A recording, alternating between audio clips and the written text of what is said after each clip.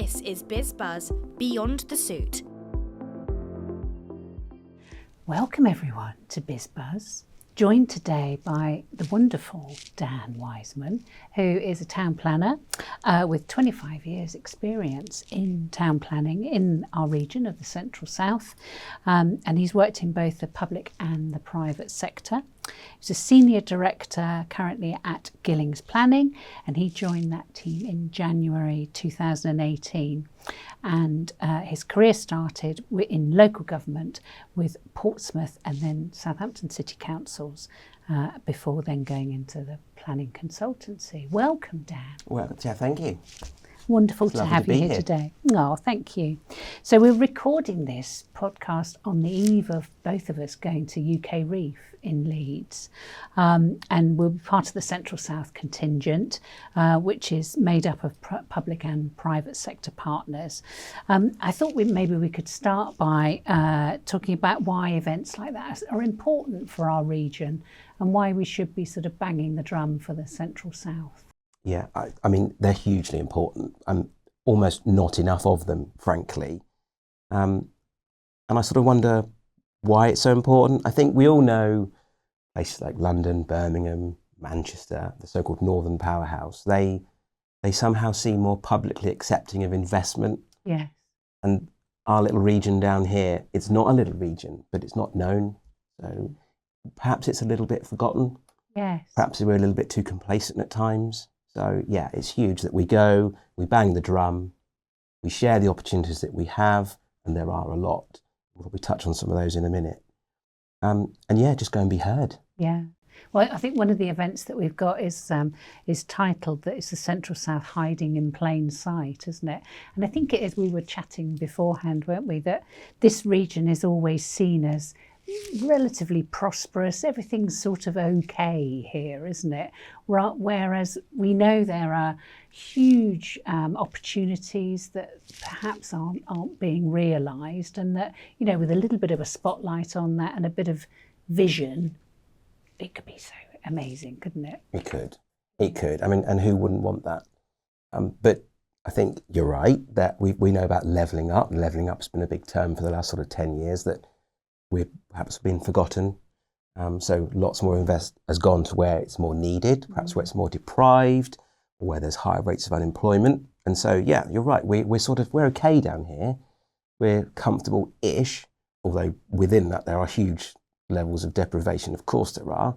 It's not equal. But I think if you look at the average scores, which perhaps government departments do, we're doing okay. Yes, yeah. And sort of easy to not overlook, but, you know, just think, okay, they're doing all right, aren't they? They'll find their way. They'll be okay. Whereas actually in reality is we do need a bit of help. There are lots of things, exciting things happening, which will land within the next 2 years that maybe will let us be more regional. But for now, with lots of little councils all sort of fighting each other sometimes, not always. Yeah. They do work together, and UK Reef, our contingent just shows that. But they don't have the funds like they used to 20 years ago. No. Whereas the new mayoral authorities funded, 10 years ago, they are punching above their weight. They have the funds, they can go to the events, they can put on a big show. So we're sort of fallen behind. Yes. That's what it feels like. Yeah. And, one of the things that Business South has worked hard on is to keep that presence as we can together. And obviously, with the hope of it's something that the Mayor will see as a priority that we can sort of take forward from there. I'm going to take you back to your childhood. Dan in shorts. Oh, that's not something anyone needs to see or even visualise. What did you want to be when you were growing up? Oh, that's a good question.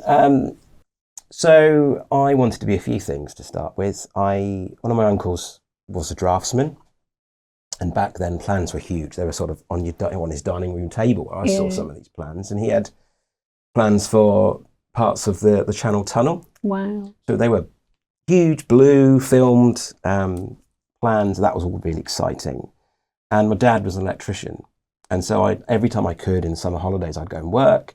Sometimes we'd be putting in cables inside office buildings, sometimes car showrooms, sometimes rewiring homes. And I started to see structural things happening. And I thought about maybe a career in architecture. and I blame Lego for that, by the way. So Lego was a bit more boring when I was a kid, back in the 80s. But I had an airport, a castle, a house. I had basically a model village in my bedroom. And so I started to see that something can deal with all of these things, both the physical buildings and the environment. I dabbled with the idea of being a gardener and a landscape architect for a while, and I came pretty close to that. And I remember at school, I filled in one of those questionnaires, and architecture was there, landscape architecture, but just above that was town planning. This career I'd never heard of. No. And I thought, well, hang on a minute, I can still deal with developments, I can still work with landscape architects and architects, but actually do the interface and all of it. So there you go, Lego in a roundabout way that was shaped me. Yeah, amazing. And did you feel that when you were having that sort of career lesson, that it was something that they were happy for you, a direction they were happy for you to go in as well? What, my parents? Yeah. I think my dad wanted me to be an electrician. Yeah. And I probably could have been. Yeah. It was good fun, hard work. Nothing wrong with hard work. Yeah. But for me, it just wasn't calling loud enough. Yeah.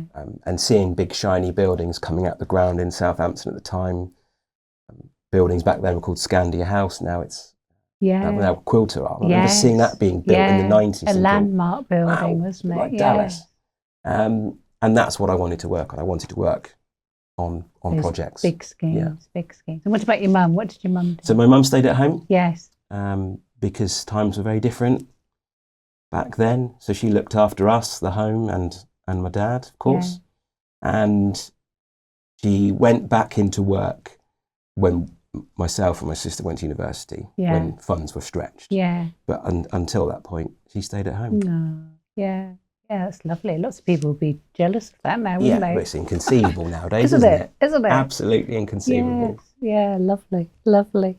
And when you were starting your career, you were working with the local authorities. And did you start in Portsmouth and then move to Southampton? Or so how did I did start in Portsmouth. Portsmouth was a year-out placement as part of my course, which was at Cardiff University, and it was one of the best courses. I was lucky to be on it. I sort of felt sometimes like, how have I got here? Yeah. So felt very privileged to be there. And the year-out placement was between my sort of degree and the diploma. Paid placement, not a lot of money, but it didn't need to be. It was experience. And I did 6 months in development control, as it was called back then, development management these days, then 6 months in policy. So I even got to experience both sides of local government planning, which taught me quite quickly that I had a preference for the development side. Which is no surprise, having worked on building sites with my dad and seeing these buildings come out. I liked the reactive side. Yes, yeah.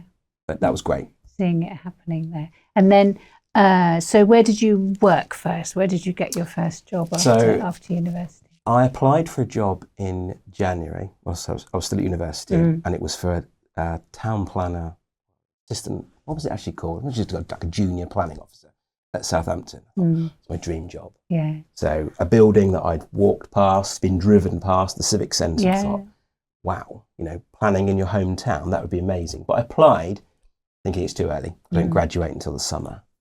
But they waited. I got the job. I started on the 1st of June. So I literally had an exam on the Friday. Wow. And I started my job on the Monday. Oh, wow. So there was no crazy gap year. No. More like just move back home just a weekend. And start. But it was great. And for me, I was so chuffed doing town planning in your hometown. Yeah. What a dream. Amazing. And what was that work like that you were doing? So at university, they teach you all this high-end theory on all these big things, and you come in and you're working on single-story extensions, conservatories, cash machines, which even there, some people thinking, what are cash machines? But it's the same process for all those applications, but perhaps not as controversial. Yeah. But weirdly, if your neighbour put in an application for an extension tomorrow, it's the most important thing to you that day. It is. So even though the officers around you are saying, it's just an extension, it matters to people. Yeah.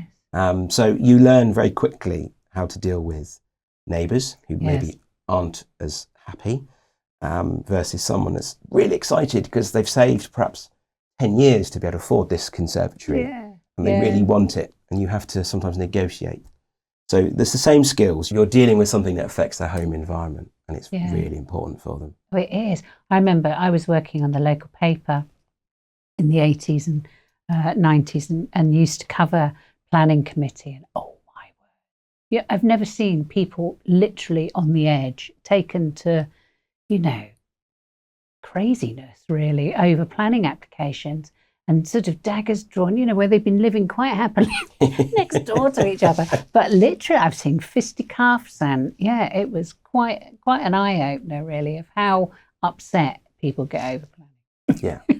And then flip side, so I used to attend planning committees at Southampton, and on one, you're dealing with an extension. The next minute, it's IKEA that's coming to Southampton. Yeah. And the perception at the time was, this would be disastrous for the city. It would be traffic chaos. What about match days? Carnage. Exactly. What about what a cruise ship's terminal? You've seen it all before. I was probably writing the stories. Probably. Whipping it up. But that's the role of planning, is to make it work. Yeah. And to be real. Would you rather have IKEA in Southampton, or would you have preferred it to go on to another city? Yeah.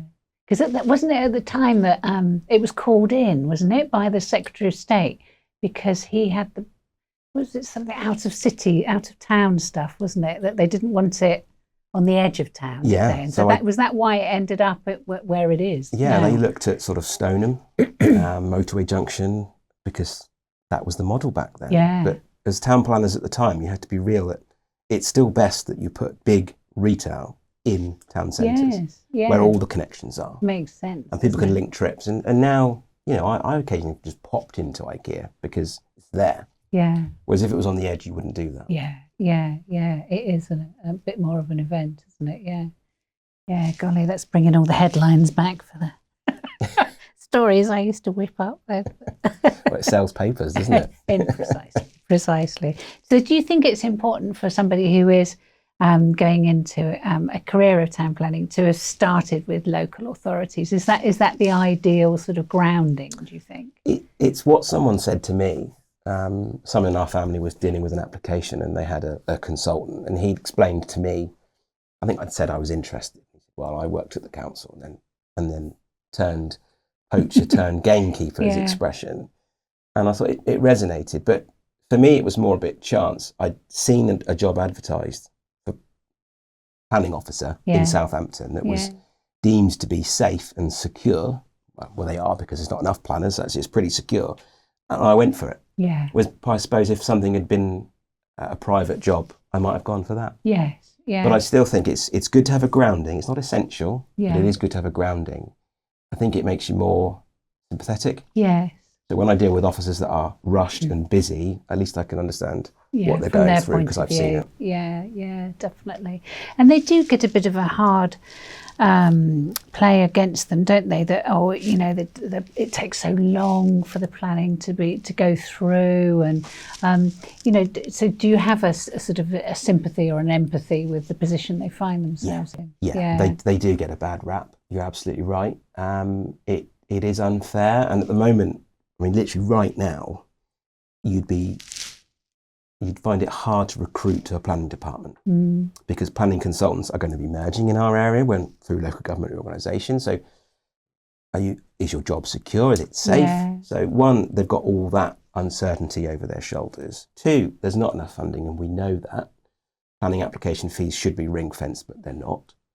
And then you've got the caseloads. So they've got the minutiae of the extensions and the conservatories and the small housing schemes.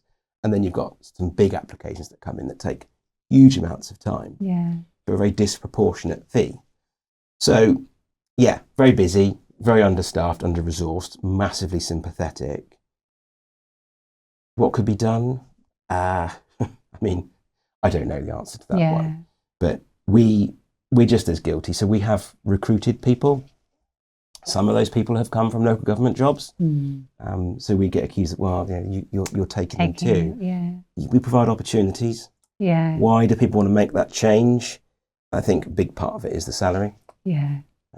So you could start there as one solution, but I don't know. It's not an easy one to fix. Yeah. Do you think we're training enough people? I mean, is it promoted as a a possibility of a career, do you think? Or I mean, Business South, we've had lots of discussions. There's a few of us about having a planning course locally. yeah, We've got some very good geography courses in the area and architecture too, but not town planning. You have to go some way for that. So I went to Cardiff. Could have gone to Bristol, but Cardiff was a very good course, and it is still one of the best courses out there. It's not that far. Temptation is, and it's really strong, is I'm just going to stay here. Why then come back? When there's not enough homes to live in. Go to Bristol where it's cool. Go work in London where it's shiny. Yeah. So if we need more planners in our area, we perhaps ought to train some more here too. Yeah. But it's not easy just starting a planning course, and some organisations are making that a little bit difficult, more difficult than it needs to be. Yeah. So no, we're not training enough. Is it glamorous enough? I think the constant bemoaning of the planning system is not going to help it look attractive. But then again, challenge is attractive. Yeah. So if you want to try and fix something, providing the resources there, what a great time to do it. Yeah. So I think if you're passionate about solving problems and making places better, then why not town planning? Yeah. And is it the case then, Dan, that the higher up you get within the planning department, the less you can have that sort of broad view? You're sort of, I don't know, dealing with the onslaught, if you like, so that you can't look out enough and think, how can we make this more attractive? Is that where the rub lies, do you think? Oh, there's loads to unpick there. I think politics has a huge part to play in how far officers can look ahead. Yeah. So within this, in local government, you still have those cycles, those democratic cycles, which are right. I'm not saying throw away democracy here, don't worry. But if some objective is to be re-elected, then it's not necessarily about the long-term stuff. Yeah. And we know things take time in this country. So planning is therefore local plans typically span 20 years and should really span 30 in my view. So with that in mind, it's not necessarily in politicians' interest to actually worry about something that's going to be 25, 30 years down the line. They're too concerned with fixing immediate problems now locally, which, potholes, everyone sort of thinks about that. Yeah. So, there's no long-term vision anymore. And it's such a shame, isn't it, really? And because that's key, isn't it, to making stuff happen. Absolutely. And when you drive around Southampton, then are there buildings and developments that you see and you think, that's there because of me and my planning? There's my kids will tell you how boring I can be about that, I'm sure. There are some really interesting things that I've worked on over the years that I can say, that's there, and there's some really obscure ones. So when I worked at the council, we did. So I can look at that extension on the side there. My sister lives in a house that before she bought it, I'd approved a 2-story extension on for the local builder. It's that important. Her home was because of that. So it's those decisions that often help flip rundown properties, empty homes. And we often hear this, there's so many empty homes, we need them back. Well, okay, we need a planning system that can improve those. So there's all sorts of small things and some quite big schemes that I've worked on over the years. One, the weirdest ones I worked on was actually going to see my old secondary school demolished. So I worked on the merging of Woolston and Weston into the Mayfield Academy, which meant my old school Woolston was going to be demolished. Surplus. Wow. So that's one of those ones where you just think, that was nice to have worked on and shape that. And then there are some really obscure ones like the seats in the precinct I actually chose when I worked at the council. They're excellent. And they're still there. People always love street furniture, don't they? Yeah. There were some that had been in about a year and failed. And I was like, no, we can't have this again. We've got to choose some good ones. Sturdy. Oh, that's good. That's good. We were sort of touched a little bit on what the difference a mayor could make for us in a couple of years' time now. One of the sort of powers that will come with that mayor is this spatial development strategy. does that fill you with excitement, the powers that the mayor will have, and also what that development strategy could bring with it? Oh yeah, I mean, it is exciting because we've been missing it for 25 years. Hasn't been a regional plan, so you have all this top-down stuff from government that gets to local decisions, and sometimes big decisions taken locally are often just pushed away. So if we think regionally about the big stuff, the roads, the rail, the power, the ports, those things need to be planned for on those sort of 20, 30, dare I say 50-year timelines. Yeah. So if we have a mayor that's going to take bold decisions, they have my full support. To even think about planning it for 50 years is amazing. Yeah. We just have to do that. We have to sort of take a deep sort of look into the future, try and work out what that's like. It's above almost just road and rail. It's, well, are we going to even own cars in 50 years' time? Yeah. Are we going to subscribe to something? Is it going to be driverless? Do we just get taken places? So, and that impacts everything from how we even plan our front gardens. Do we need driveways in 25 years' time? Do we need, but what do we do need? Oh, we need much more power.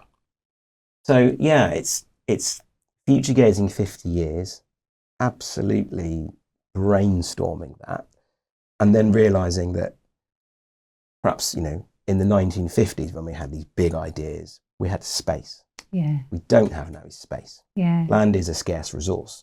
So if we do need things like new towns, really ought to start thinking about that now. Yeah. Because if we don't, we'll just have more and more piecemeal development that eventually becomes to block those big decisions down the line. Yeah. Yeah. And it's sort of making sure that the houses are in the right places, isn't it, for where the work is and how our work is going to be as well, isn't it, with AI? I mean, when you think about it, there could be a really sort of fundamental shift, couldn't there, in the next 50 years? Yeah, I mean, I've seen a huge shift in 25 years. Yeah. And it's not just the way a planner worked. I mean, when I joined Portsmouth, we didn't have emails. Yeah. We had these things called letters. Yeah. We had to respond to. Yeah. So all the changes Were they all in written in 25 green years, not quite. So all these things we've seen in 25 years changed. Well, then double that. Yeah. What is it going to be like? And I don't know. Yeah. It doesn't terrify me because I'm a planner, and planners generally like change. Yeah. The scary thing is that we deal with people that don't like change. Yeah. More often than not, the status quo is the more comfortable. Yeah. And therefore you get those decisions where, well, okay, why don't we put that somewhere else? We can't do that anymore. And it's much more difficult to hide those big decisions if you do plan regionally. So, And would you hope then that the mayor would bring in a cross-section of people to talk about those big questions? Yeah. Because it just needs I don't know, it needs a vision that people can buy into, doesn't it? But also it needs someone leading that, doesn't it? It does need to be led. I mean, I would love, the dream is that there's a vision that is almost so controversial that everyone gets involved. Yeah, yeah. And it's almost put out there that if you don't, you've lost it. You have to get involved. You have to give us support. We may not all agree, because ultimately humans can be quite selfish, can't we? Because the world is a pretty terrible place. Yeah. So, but if you think about it regionally, then you have to make decisions. Okay, so you want to raise a family, we need more houses.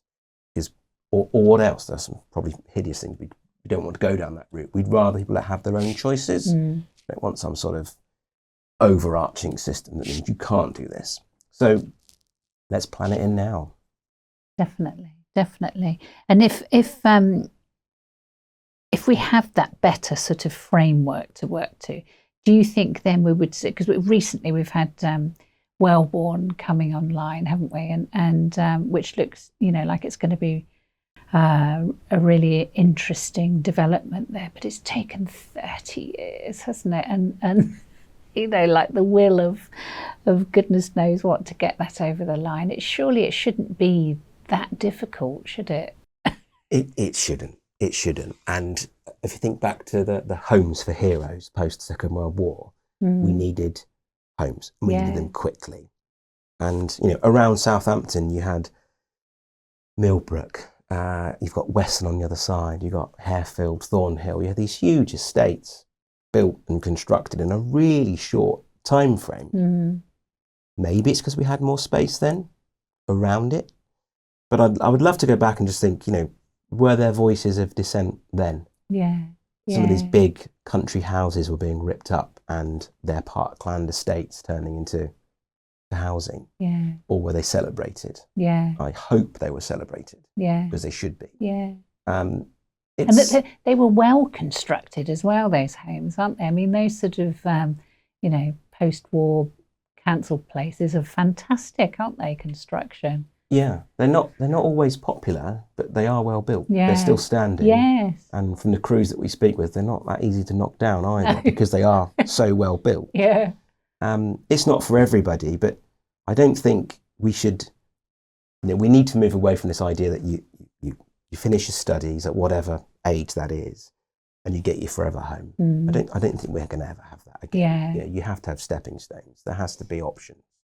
And for young people setting out on their careers, maybe they want to be in the business of a centre in a high rise, and why not? You see these sorts of show homes on the internet of lofty apartments, and you think, even I could admire that. Yeah. So I think there's a place for high rise, there's a place for high density, and there's a place for that more gentle, more suburban form. Yeah. Where you might want to raise a family. As planners, we need to do that. And that's the skill. But it's finding the spaces, finding the opportunities. And you mentioned Wellborn, and it took 30 years. Yeah, that's too long. There's a lot of reasons why. It has to be right. It has to be financially right for people to be able to buy homes. Yeah. And there's a huge proportion of society at the moment that cannot afford a home. So they rent. And effectively that rent is just being thrown away. Yeah. It's helping someone else, but it's not helping them. Yeah. So, student debt. I didn't have a lot of student debt and my tuition fees were paid. So I'm of a very different type. I left university, managed to get a job, managed to get a house very quickly. Yeah. It doesn't happen today. No. So if that's the case and people are buying houses in their mid-30s, well then that's perhaps why Wellborn isn't needed, because it wasn't needed for so long, because there wasn't the demand. Yes. Yeah. It is fascinating, isn't it? And it sort of leads to, you sort of think about, it's just bricks and mortar, but it's not. It's those bigger questions, isn't it, that it raises that you've touched upon today. So if you were omnipotent, Dan, Scary you were thought, the isn't man. Dan, the man, is deciding how to plan for the next 50 years, and it can all happen. What would you do? What if you had that power?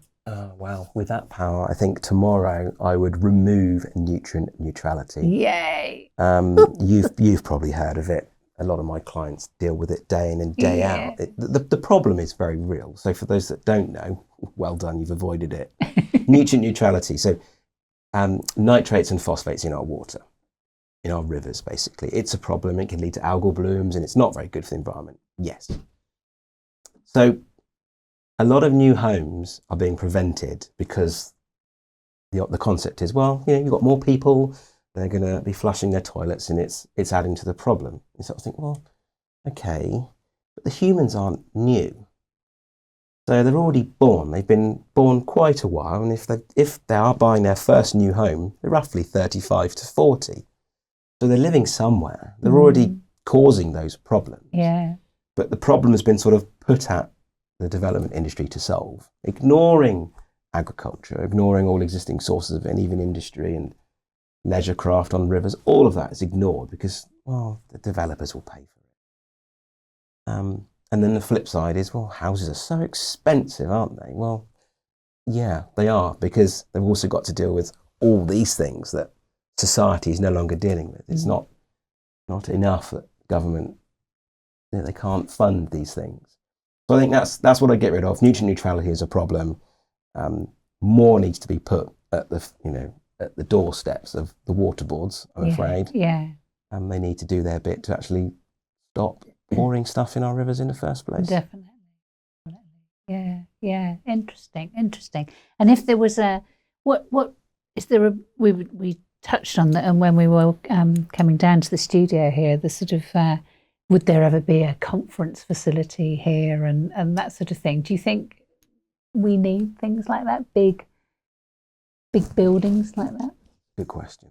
So, I mean, I'm old enough to remember lots of headlines, and maybe you wrote them about ice rinks and conference centres and bus stations. And I would do public engagement events when I was at the council, and you would hear that people would say, well, we need this, and well, do we want? I remember the old bus station in Southampton. Actually, it wasn't great. No, there were good things about it, but it wasn't great.